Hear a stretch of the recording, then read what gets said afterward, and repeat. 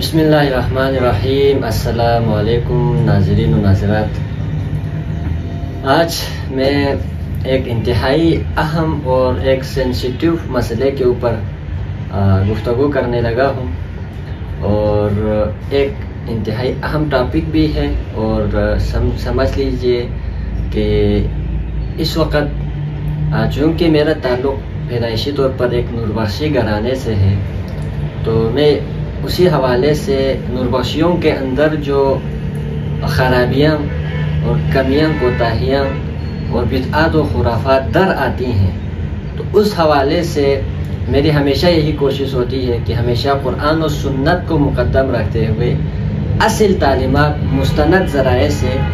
آپ لوگوں تک پہنچانے کی کوشش کروں۔ تو آج کا یہ ایک سلسلہ بھی اسی سلسلے کی ایک کڑی ہے۔ جو جس طرح نوربخشیت کی تاریخ اگر ہم مطالعہ کریں تو نوربخشیوں کی تاریخ میں بے شمار وجوہات ہیں جن کی وجہ سے نوربخشی زوال کا شکار ہو گئے۔ اگر ہم موجودہ نوربخشیوں کے زوال کے اسباب کے اوپر اگر ہم غور کریں اور جن اخلاقی امراض کی طرف اگر ہم نشاندہی کریں تو ان میں شخصیت پرستی سر فہرست ہے۔ تو شخصیت پرستی پہ ہم پھر کبھی گفتگو کریں گے، لیکن باقی وجوہات کو بھی فی الحال نظر انداز کرتے ہوئے میری نظر میں اس وقت ایک ہمارے اندر قرآن و سنت کے برخلاف ایک ایسی خرابی سرایت کر چکی ہے جس کی وجہ سے بے شمار غلط فہمیاں جنم لیتی ہے، اور جس کی وجہ سے سلسلہ نوربخشیہ کے اندر خرابیاں پیدا ہوئی، اور یہ موضوع ہے سادات پرستی۔ اب میں نے یہ لفظ کافی سوچ سمجھ کے استعمال کیا ہے، چونکہ ہمارے ہاں سادات کو لے کر یعنی جو بھی سادات ہیں ان کی باقی مسلمانوں پر ایک برتری اور فوقیت بتائی جاتی ہے، اور اس کی باقاعدہ فضیلت بتائی جاتی ہے، اور قرآن مجید فرقان حمید کی آیتوں کو توڑ مروڑ کر پیش کیا جاتا ہے، احادیث مبارکہ سے غلط استدلال کرتے ہیں، اور ضعیف اور موضوع منگرت روایتوں کا سہارا لے کر ایک نسلی برتری کی پرچار کرنے کی کوشش کی جاتی ہے۔ یہ ایک انتہائی خطرناک مہلک بیماری ہے جس کی بیخ-کنی خود خاتم النبیین و خاتم المعصومین حضرت محمد مصطفیٰ صلی اللہ علیہ وآلہ وسلم نے فرمائی تھی۔ آج یہ ہماری بدقسمتی اور بدبختی ہے کہ ہم نے دوبارہ ان بیماریوں کو فضیلت و برتری کے طور پر ہم دنیا کے سامنے پیش کرنے کی کوشش کر رہے ہیں۔ اگر ہم اسی سلسلے کی کڑی میں نے ایک مضمون لکھ کر رسالہ جہان تصوف کو بھیج دیا ہے، انشاءاللہ دسمبر کے مہینے تک یا اسی نومبر کے مہینے میں شائع ہو کر آ جائے گی۔ تو ویڈیوز میں اس مضمون میں چونکہ بہت سارے پہلوؤں کو طوالت کی وجہ سے نہیں لکھ پایا، تو آج میں اس ویڈیو کی وساطت سے اس کے اندر ان چیزوں کو جمع کرنے کی کوشش کروں گا۔ پہلے اس کی ڈیفینیشن ذرا سمجھ لیجئے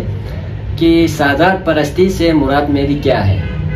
یعنی اس سے میرا مطلب یہ ہے کہ اگر کوئی شخص صرف اس وجہ سے کسی سید کا ادب و احترام کرتے ہیں کہ اس کی نسبت چونکہ رسول اللہ سے ہے، اس وجہ سے ہم اس کی تعظیم کرتے ہیں، اگر بات اتنی حد تک ہوتی تو اس میں کسی بھی قسم کی کوئی قباحت نہیں ہے، لیکن معاملہ یہاں پہ رکتا نہیں ہے، بلکہ معاملہ بہت آگے گزر چکا ہے کہ ذہنوں میں بھی یہ خباثت پائی جاتی ہے کہ ہم اعلیٰ ہیں، باقی انسان مفضول ہیں، اور اس بنیاد پر باقاعدہ نوربخشیوں کے ہاں ایک الگ فرقے کا وجود بھی ہمیں دیکھنے کو ملتا ہے۔ 1960 کی دہائی میں سرگودا سے ایک شخصیت آتا ہے سید منظور حسین ہمدانی کے نام سے۔ وہ نوربخشیت اب ان کی تاریخ اور اس فرقے کے حوالے سے کسی اور سیشن میں گفتگو کریں گے۔ فی الحال اس موضوع سے ریلیٹڈ یہ ہے کہ انہوں نے کتاب لکھی مصحف محمد مصطفیہ کے نام سے، اور ہمدانی فرقے کی جو پوری ڈاکٹرائن ہے جس کو نوربخشیوں کو ایک الگ درہ بنایا گیا، تو اس کا سب سے اہم ترین عقیدہ اور نظریہ یہی ہے کہ سادات کا غیر سادات کے ساتھ نکاح نہیں ہو سکتا، یعنی کسی سیدہ کا غیر سید سے نکاح نہیں ہو سکتا۔ سید منظور حسین ہمدانی اپنی کتاب مصحف محمد مصطفیہ میں لکھتے ہیں کہ سیدہ کا غیر سید سے نکاح کرنا ناجائز اور حرام ہے، قطعاً صریح وہ حرام کا لفظ کہتے ہیں۔ حرمت کسی چیز کو حلال و حرام ٹھہرانے کا اختیار صرف رسول اللہ صلی اللہ علیہ وسلم کی ذات کو تھی، اور اللہ رب العزت نے قرآن مجید کے اندر حلال و حرام کے اصول بتا دیے، اور رسول اللہ نے اپنی سنت کے اندر ہمیں حلال و حرام بتا دیے۔ تو یہ بات انڈرسٹوڈ ہے، اور قرآن مجید اور احادیث مبارکہ اٹھا کے دیکھ لیجئے، کہیں پر بھی اس جملے کی، اس فتوے کی کہ حق میں کوئی حدیث کوئی آیت موجود نہیں ہے، برخلاف اس کے اپوزٹ میں بہت ساری آیتیں اور حدیثیں موجود ہیں۔ سید منظور حمدانی صاحب نے، جن کی وفات 1995 میں ہوئی ہے، انہوں نے قرآنی آیات کو توڑ مروڑ کر اپنی منمانی تشریحات کر کے یہ جو فتویٰ ہے اس کو بنانے کی کوشش کی، اور انہوں نے اپنے مذموم مقاصد حاصل کرنے کی کوشش کی۔ جب کوئی سیدہ بیوہ ہو جائے تو وہ بھی کسی اور کے ساتھ نکاح نہیں کر سکتا۔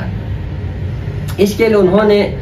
قرآن مجید کے سورہ حجرات سے، سورہ احزاب سے جو رسول اللہ سے متعلق خاص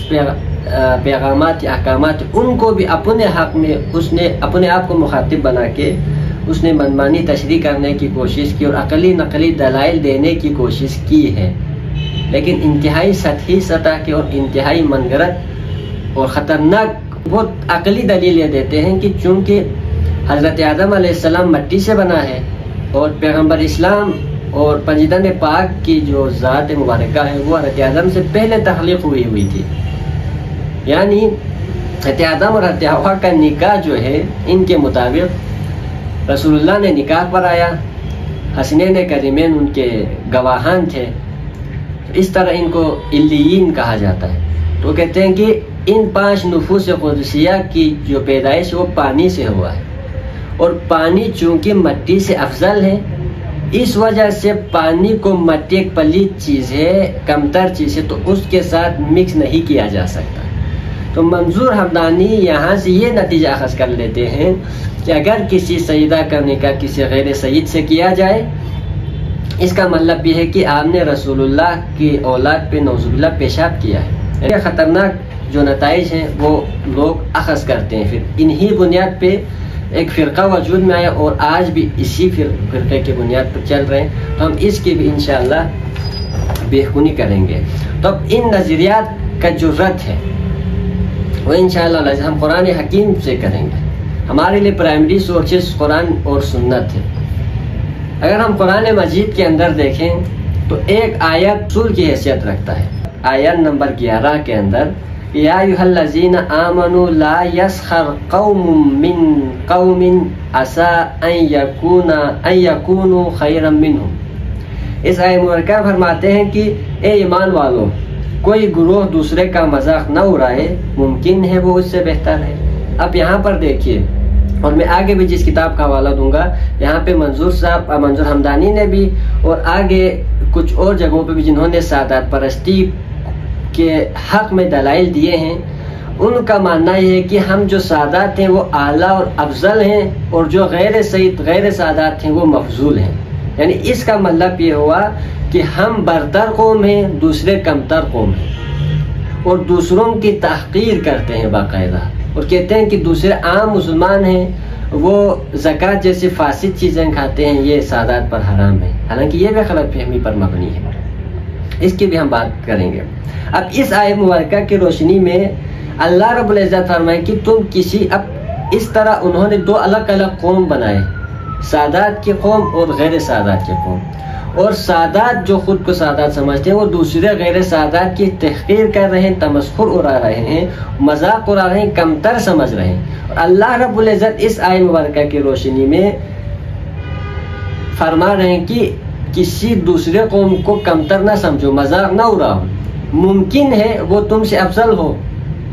اور ہم معاشرے میں دیکھتے ہیں کہ بے شمار، اگر ہم سادات اور غیر سادات کا مطالعہ کریں تو بے شمار ایسے سادات ہیں جن سے غیر سادات افضل ہیں، برتر ہیں، تقوی ان کے پاس زیادہ ہیں۔ ایک یہ چیز ہو گئی۔ اب ہم اسی سے ریلیٹڈ یعنی برتری اور فوقیت اللہ رب العزت کی چیز کو قرار دیں تو آگے آیت نمبر 13 میں اللہ رب العزت ارشاد فرمائیں کہ یا ایھا الناس انا خلقناکم من ذکر و انثی۔ اللہ رب العزت فرمائے کہ ہم نے تم کو ایک مرد اور عورت سے یعنی آدم و حوا سے تخلیق کیا، تمام، اس میں کوئی تخصیص نہیں، اس سے پہلے کسی شخصیت کی پیدائش کا ذکر نہیں، تمام اولاد کو بشمول بجنان پاک بھی آدم و حوا کی نسل سے ہیں۔ فرمایا کہ مرد اور عورت سے خلق کیا، وَجَعَلْنَاكُمْ شُعُوبًا وَقَبَائِلَ لِتَعَارَفُوا، اور ہم نے جو قوم قبیلے میں جو بانٹا ہے یہ صرف اس وجہ سے تاکہ تم ایک دوسرے کی پہچان ہو سکے، فلاں قبیلے سے یہ فلاں قبیلے، بس اتنی حد تک اللہ رب العزت نے قبائل میں بانٹا ہے۔ باقی تمام کے تمام مسلمان آیت نمبر 9 کی روشنی میں انما المؤمنون اخوۃ، تمام مسلمان آپس میں بھائی بھائی ہیں، ختم، اس کے علاوہ کوئی اور رشتہ بچتا ہی نہیں ہے۔ اور آگے اہم اصول بتایا، یعنی جو سادات پرستی کی جو بیماری ہے، اخلاقی مرض ہے، اس کے حوالے سے قرآن نے ایک اصول بتایا، ان اکرمکم عند اللہ اتقاکم، اللہ اکبر، یعنی اللہ رب العزت کے نزدیک جو نیکی کا یعنی عزت کا جو معیار ہے وہ کیا ہے؟ تقوی ہے۔ اللہ رب العزت جا بجا مختلف مقامات پر یہی بات کرتے ہیں کہ اگر کسی انسان کو دوسرے انسان پر فضیلت، برتری، شرف حاصل ہے تو فقط تقوی کی بنا پر ہے، یعنی اگر کسی غیر سید کے اندر تقوی پایا جاتا ہے، اس کے اندر عباد الرحمن کی خصوصیت پائی جاتی ہے، وہ متقی ہیں، پرہیزگار ہیں، اللہ سے ڈرنے والا ہے، معاملات کا خیال رکھنا، بااخلاق ہے، اور اس کے بنسبت ایک سید ہے،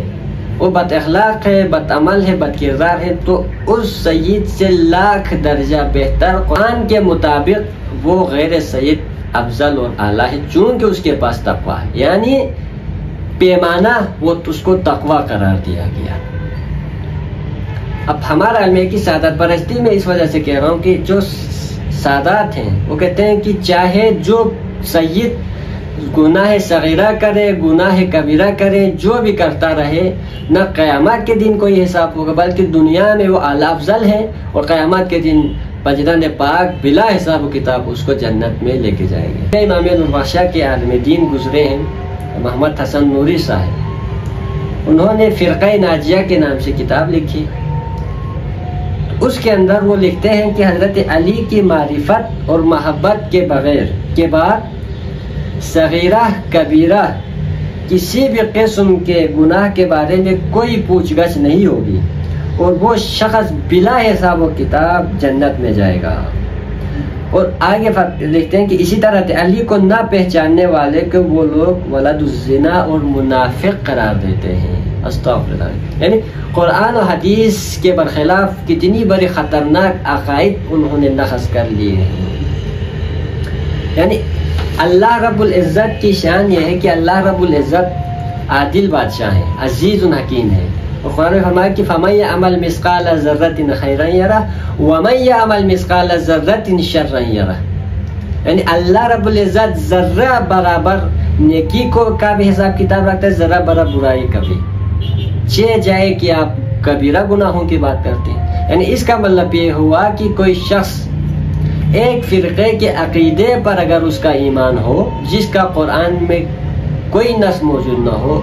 حدیث میں کوئی صحیح سند سے صحیح حدیث موجود نہ ہو، انسان کی اپنی خود ساختہ عقیدہ ہے، اگر اس پر ایمان لایا جائے تو کوئی حساب کتاب نہیں ہوگا۔ کیا یہ قرآن مجید کا بنیادی نقطے کے خلاف نہیں ہے؟ کیا یہ اللہ کی عدل کے خلاف نہیں ہے؟ کیا نعوذ باللہ اللہ قیامت کے دن عدل نہیں کریں گے؟ اس طرح اللہ تعالیٰ ظالم ثابت ہوں گے نعوذ باللہ، کہ وہ ایک طبقے کو بلا حساب کی کتاب چھوڑ رہے ہیں اور باقیوں کے حساب کتاب کرتے پھر رہے ہیں۔ یعنی اس جیسے خطرناک نتائج اور عقائد بنائے جا رہے ہیں، اور اگر یہ لوگوں کے ذہنوں میں بھی پھیلائے جا رہے ہیں، اس کی بےخونی کرنا بہت ضروری ہے۔ میں نے قرآن مجید سے چند آیت پیش کی، اور جو عزت کا جو معیار بتایا، فضیلت و شرف کا معیار قرآن مجید میں ایک تو تقوی کو بتایا، دوسری جگہ فرمایا هل يستوي الذين يعلمون والذين لا يعلمون، جاننے والا اور نہ جاننے والا ہرگز برابر نہیں ہو سکتا۔ یعنی جس کے پاس علم ہوگا وہ اعلیٰ ہوگا، اور جس کے پاس علم نہیں ہوگا وہ اس سے شرف و عزت میں، کرم میں اس سے کمتر ہوگا۔ یعنی اگر کسی کو کسی کے اوپر ہم نے فضیلت و برتری اگر دینی ہے تو وہ صرف تقوی کی بنیاد پہ یا علم کی بنیاد پہ ہم دے سکتے ہیں۔ یہ دو بنیادی ترین اصول ہیں جس کے مطابق ہم اس پورے جو ٹاپک ہے اس کو لے کے چلیں گے۔ یہ ہو گئی قرآن مجید سے آیت۔ اب اسی جو سعادت پرستی ہے اس کو پروان چڑھانے کے لیے ہمارے علماء پیش ہیں، اس میں سادات بھی ہیں، غیر سادات بھی ہیں، جو دانشتہ اور غیر دانشتہ، شعوری اور لاشعوری دونوں طور پر اس جیسے خطرناک عقائد کو پروان چڑھا رہے ہیں۔ اور یہ جو سید اور غیر سید کی جو برتری اور فضیلت ہے، یہ ٹوٹلی نسلی تعصب پر مبنی ہے۔ میں نے قرآن کی روشنی میں بیان کیا،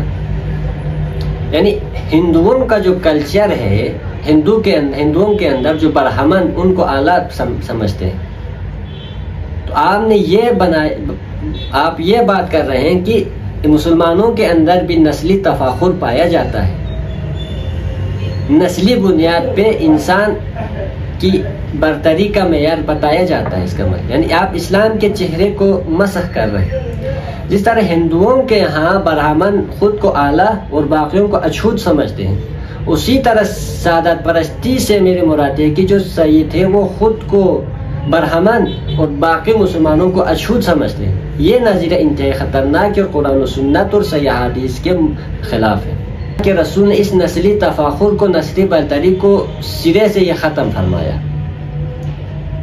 اور خطبہ حجۃ الوداع کے موقع پر فرمایا گیا کہ لا فضل لعربی علی عجمی ولا لعجمی علی عربی ولا لأحمر علی اسود ولا اسود علی احمر الا بالتقوی۔ خطبہ حجۃ الوداع کے موقع پر بھی اللہ کے رسول کا تمام عالم اسلام کے حجاج کرام، جس میں لاکھوں حجاج کرام شریک تھے، ان کو آخری خطبہ، اس سے پہلے آیہ تکمیل نازل ہو کے قرآن کی مکمل قرآن مجید نازل ہو کے ختم ہو گیا، تب رسول اللہ کی ذمہ داری بھی ختم ہو گئی، اور رسول اللہ صلی اللہ علیہ وسلم اپنا آخری خطبہ ارشاد فرما رہے ہیں کہ اس موقع پر رسول اللہ نے فرمایا کہ کسی عربی کو اجمی پر، اجمی کو عربی پر کوئی فوقیت حاصل نہیں، بات ختم۔ کسی کالے کو گورے پر، گورے کو کالے پر کوئی افضلیت حاصل نہیں ہے۔ اگر کسی کو کسی پر فضیلت حاصل ہے تو فقط الا بالتقوی، تقوی کی بنیاد پر ہے۔ یعنی کسی کے اندر تقوی پرہیزگاری ہوگی، جس کے اندر جتنی زیادہ تقوی ہوگی وہ اتنا اعلیٰ ہوگی، اور اسی بنیاد پہ دنیا میں بھی اور آخرت میں بھی اسی بنیاد پہ درجات بنائے جائیں گے۔ چھوٹی سی کتابچے کے اندر 40 احادیث بیان کی ہوئی ہے، یعنی سادات نامہ، جیسا کہ نام سے واقف ہے، بخوبی اندازہ لگا سکتے ہیں کہ اس کے اندر سادات کی فضیلت و برتری کے حق میں دلائل کے طور پر 40 احادیث یعنی پیغمبر سے منسوب باتیں ہیں۔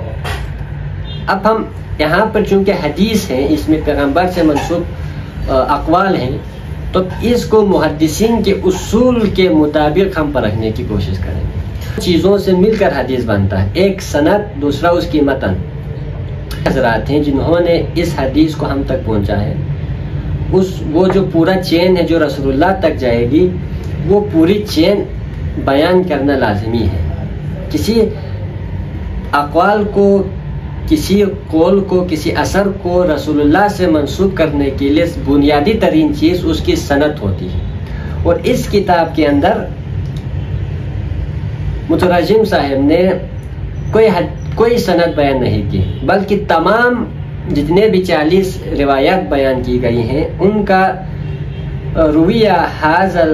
احادیث کر کے جو سند ہے وہ حضرت علی، حضرت 8ویں امام حضرت امام علی رضا سے حضرت محمد مصطفیٰ تک لے کے گئے، جو جس چین کو سلسلہ ذہب کہا جاتا ہے. یعنی اس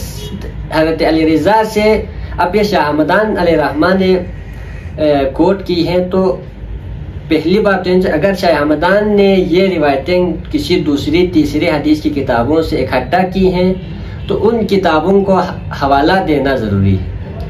اور پھر جب کسی اور کتاب کا حوالہ دیں گے تو اس کتاب کے اندر سے ہم دیکھیں گے کہ اس کی سند پہ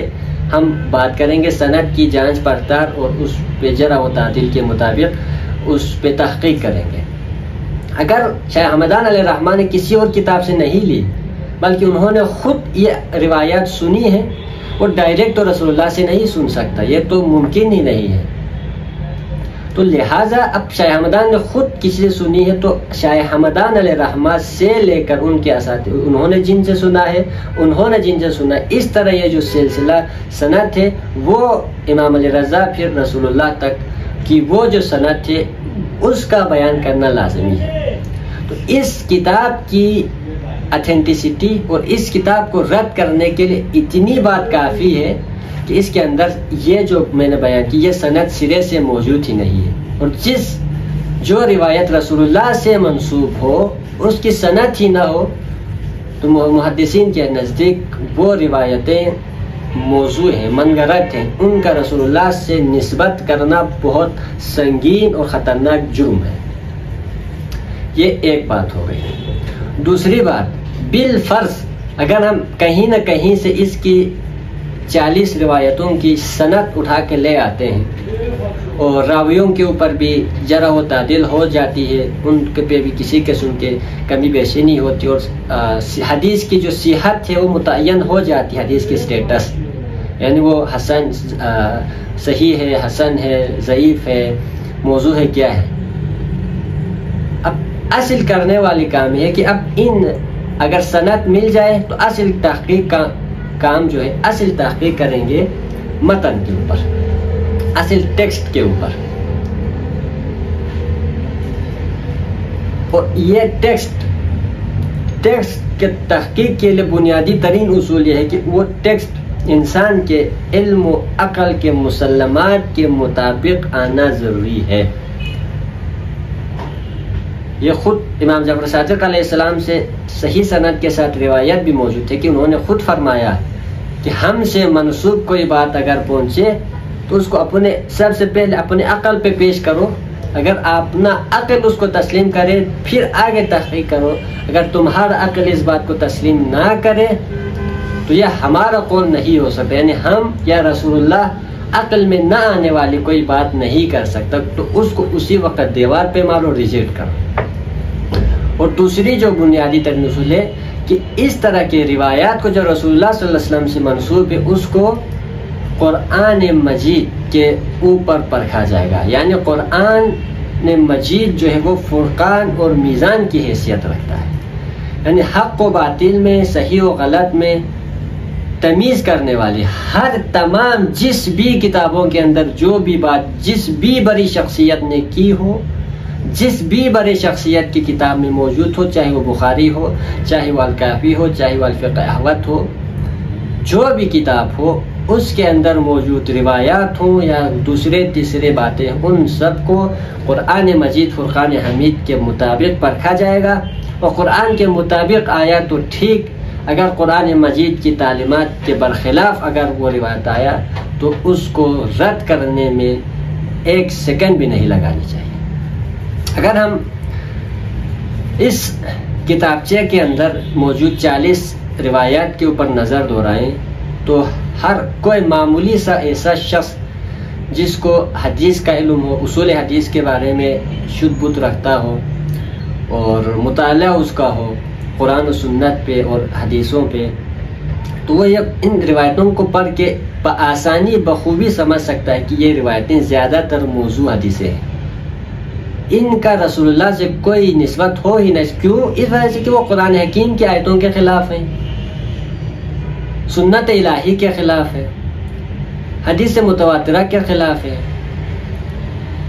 تو لہٰذا اب اس کتاب کے اندر 40 حدیث، 40 میں سے بھی آخری جو 2 روایتیں ہیں اس کا اس کتاب کے ٹاپک سے کوئی ریلیٹڈ تعلق ہی نہیں ہے، وہ آؤٹ آف سلیبس اس کتاب کے اندر 40 کا ہندسہ پورا کرنے کے لیے لکھی گئی ہے۔ اگر ہم اس کتاب کی پہلے ہی حدیث کو اگر تھوڑا سا، اب 38 حدیثیں ہوئی، اس 38 احادیث یا اقوال کو جو رسول اللہ سے نسبت کی جاتی ہے، اگر ہم ان کے متن پہ غور کریں تو زیادہ تر چند ایسی حدیثیں بھی ہیں جو دوسرے مستند کتابوں میں صحیح سند کے ساتھ روایت ہے، لیکن اس کا سعادت پرستی سے کوئی تعلق نہیں۔ وہ حسنین کریمین سیدہ فاطمہ الزہرا مولا علی کی فضیلت میں وارد ہوئی حدیثیں ہیں، اس کا سعادت پرستی سے کوئی تعلق نہیں ہے، وہ پنجران پاک کی شان ہے، وہ الگ نکال لیا جائے اور باقی حدیثوں پہ اگر ہم غور کریں، تحقیق کریں، متن کو قرآن و سنت اور علم و عقل کے مسلمات پہ پرکھیں تو یہ بات روز روشن کی طرح واضح ہو جاتی ہے۔ یہ جو روایتیں ہیں وہ من گھڑت موضوع روایتیں، یہاں پہ دیکھ سکتے ہیں کہ ڈائریکٹ قال رسول اللہ کہا گیا ہے، سند نہیں بیان کیا۔ اربعۃ انا شفیع لہم یوم القیامہ ولو آتوا بذنوب اہل الارض المکرم لذریتی والقاضی لحوائجہم والمساعی لہم عند اضطرارہم والمحب لہم بقلبہ ولسانہ۔ یعنی یہ فرمایا کہ رسول اللہ نے فرمایا 4 قسم کے لوگوں کی شفاعت قیامت کے دن میرے ذمے ہے۔ رسول اللہ فرمایا کہ 4 ایسے لوگ ہیں جن کا شفاعت کرنا مجھ پہ لازم ہے، اگرچہ وہ تمام اہل زمین کے گناہوں میں ہم پلہ ہی کیوں نہ ہو، یعنی زمین کو گناہوں سے بھر دیا ہو، کوئی ایسا گناہ نہ ہو جو اس بندے نے نہ کیا ہو، اس کے اندر اگر یہ 4 صفتیں پائی گئیں تو اس کی گناہوں کو بالائے طاق رکھ کر میں رسول اللہ نعوذ باللہ اس کی شفاعت کریں گے، یعنی اس کو اللہ تعالیٰ کے نظام عدل سے سائڈ پہ کر کے رسول اللہ پکڑ کے جنت میں لے کے جائیں گے۔ یہ سنت الہی اور قرآن مجید کی صریحاً خلاف ورزی ہے۔ وہ شخص جو میری اولاد کی عزت کرے، یعنی جو سادات ہیں ان کی جو عزت کریں گے، وہ جو بھی گناہ کرتا پھرے اس کو رسول اللہ کی شفاعت لازم ہے۔ آپ سمجھ رہے ہیں، آپ لوگوں کو اندازہ ہو رہا ہوگا کہ یہ جو سادات پرستی کس حد تک سنگین ہے، اور جو تصور شفاعت جو ہم نے بنائے ہوئے یہ بھی قرآن مجید عقیدہ توحید اور عقیدہ آخرت کی جڑ کاٹنے والا تصور ہے۔ دوسری، وہ شخص جو میری اولاد کی حاجت پوری کرے، یعنی سادات میں سے کسی کی کوئی حاجت پوری کرے اس کو بھی بخش دیا جائے گا۔ یعنی اب حاجت تو کسی بھی انسان کی، حتیٰ کسی جانور کی اگر حاجت پوری کی جائے تو اللہ رب العزت کے ہاں اس کا بڑا مقام ہے۔ وہ بندوں کی، انسانوں کی خدمت کرنا یہ بہت اہم، بہت زبردست اور اعلیٰ افضل کام ہے۔ یہ کوئی بھی کرے گا اس کے لیے اسی کے مطابق قیامت کے دن اجر و ثواب ملے گا، لیکن اس کا یہ مطلب نہیں کہ کوئی بندہ کسی کی حاجت پوری کرے تو اس کے سارے گناہوں کو بخش دے، ایسا کہیں بھی نہیں ہے۔ تیسری شخص، وہ شخص جو اضطراری حالت کے شکار میری اولاد کی مدد کرے۔ پھر یہی دوسری اور تیسری بات ایک ہی ہے، یعنی کوئی سادات مشکل میں ہو، مصیبت میں ہو تو اس کی کوئی مدد کرے گا، اس کے اوپر بھی میری شفاعت لازم ہے۔ اب یہ بھی وہی بات ہے، کوئی سادات ہو یا غیر سادات ہو، اس کی حاجت پوری کرنا نہایت اہم اجر و ثواب کا کام ہے، اس میں کوئی شک ہی نہیں ہے۔ وہ شخص جو میری اولاد سے دل و زبان سے محبت رکھے۔ اب نفرت، کسی بھی انسان سے نفرت کرنا یہ اپنے اندر ایک قبیح برا عمل اور برا فعل ہے۔ آپ جتنے بھی نیکیاں کر رہے ہیں لیکن کسی کے دل میں آپ کے لیے کوئی برائی ہو، نفرت ہو، جیسا کہ آپ صحیح تھے اور آپ کسی غیر صحیح سے نفرت کریں تو یہ آپ کے لیے قیامت کے دن سخت آزمائش کا سبب بنے گا۔ اب ان پہلی ہی روایت کے اوپر اگر ہم اس طرح تحقیق کریں، قرآن و سنت پر پڑھیں، کس قدر خطرناک بات بیان کرتی ہے۔ یعنی اس کا مطلب یہ ہو کہ ہم کسی سید کی کوئی ایک حاجت پوری کریں، جنت کا ٹکٹ کنفرم کریں، پھر جو چاہے جو دل کرے بس کرتا پھرے، گناہ کبیرہ گناہ صغیرہ آپ کا مرضی، آپ آزاد تھے، آپ کو سرٹیفکیٹ مل چکا ہے۔ چوتھی حدیث میں بات کیا کہ رسول اللہ نے فرمایا جو کوئی میری اولاد میں سے کسی کو دیکھے اور رضا اور رغبت کے ساتھ مجھ پر درود پڑھے تو اس کی قوت بینائی اور قوت سماعت میں اللہ تعالیٰ اضافہ کرے گا۔ اب درود شریف پڑھنے کے بے شمار فضیلت حدیثوں روایات کے صحیح روایات کے اندر منقول ہیں، لیکن میری اولاد میں سے کسی کو دیکھے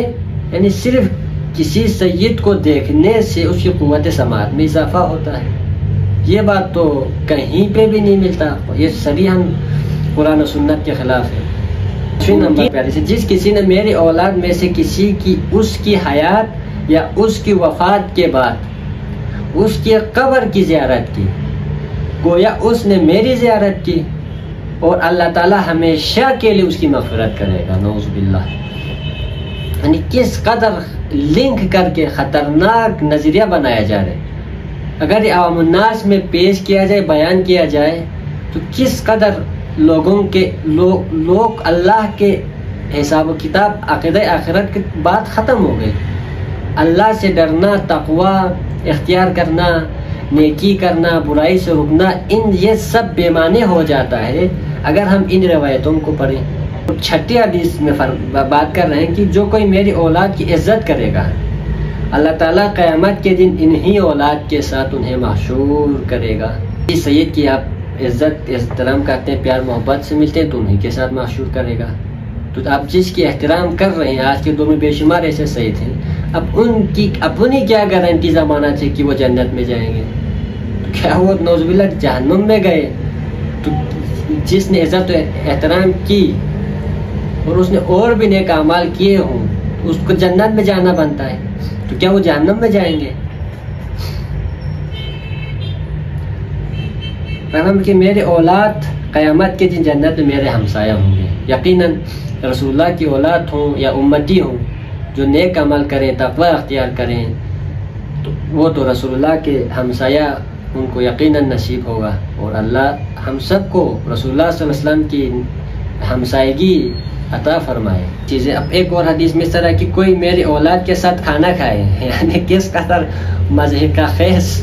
اور عجیب و غریب نقل میں آنے والی بات ہے۔ کوئی میری اولاد کے ساتھ کھانا کھائے اللہ تعالیٰ اس پر جہنم کی آگ کو حرام کر دیتا ہے۔ یعنی کسی سادات کے ساتھ کوئی کھانا کھائے اس پہ جہنم کا آگ حرام ہو گیا۔ الحمدللہ اس حساب سے میں نے بہت سارے سادات کے ساتھ ایک ٹیبل پہ بیٹھ کے کھانا کھائے ہیں، تو میں تو جنتی ہو گیا اس سے۔ یعنی اب مجھے کسی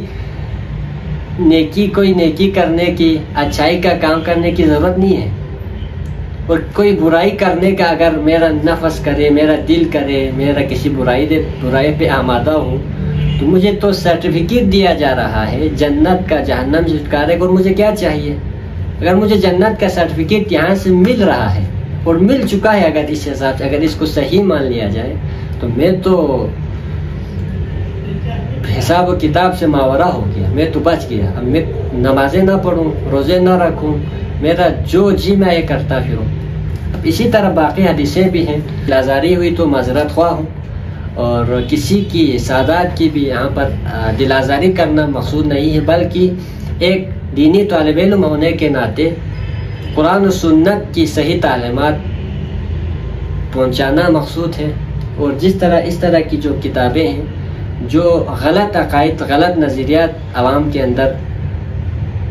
پہنچاتے ہیں، نشر و اشاعت کرتے ہیں، تو باقی عزت و احترام کے ساتھ اختلاف ہم اپنی پیش کرتے ہیں، باقی آپ لوگوں کے جو دلائل ہیں وہ آپ لوگ پیش کرتے رہیں، ہم سنیں گے۔ اگر اس میں کوئی دم خم ہوئی اور اصول اور علمی روایات کے مطابقت پائی گئی تو انشاءاللہ ہم اس کو ماننے میں ایک سیکنڈ بھی نہیں لگائیں گے۔ اللہ رب العزت سے دعا کہ ہم سب کو قرآن مجید فرقان حمید اور قرآن و سنت کے مطابق تعلیمات پر عمل کرنے کی، اور ائمہ اہل بیت علیہ السلام کی صحیح معنوں میں معرفت حاصل کر کے ان کی زندگیوں سے ہم سبق اور نمونہ لے کر ان سے سیکھنے کی اور ان کی سیرت پر چلنے کی اللہ رب العزت ہم سب کو توفیق عطا فرمائے۔ وآخر الدعوانا ان الحمد للہ رب العالمین وما علینا الا البلاغ المبین۔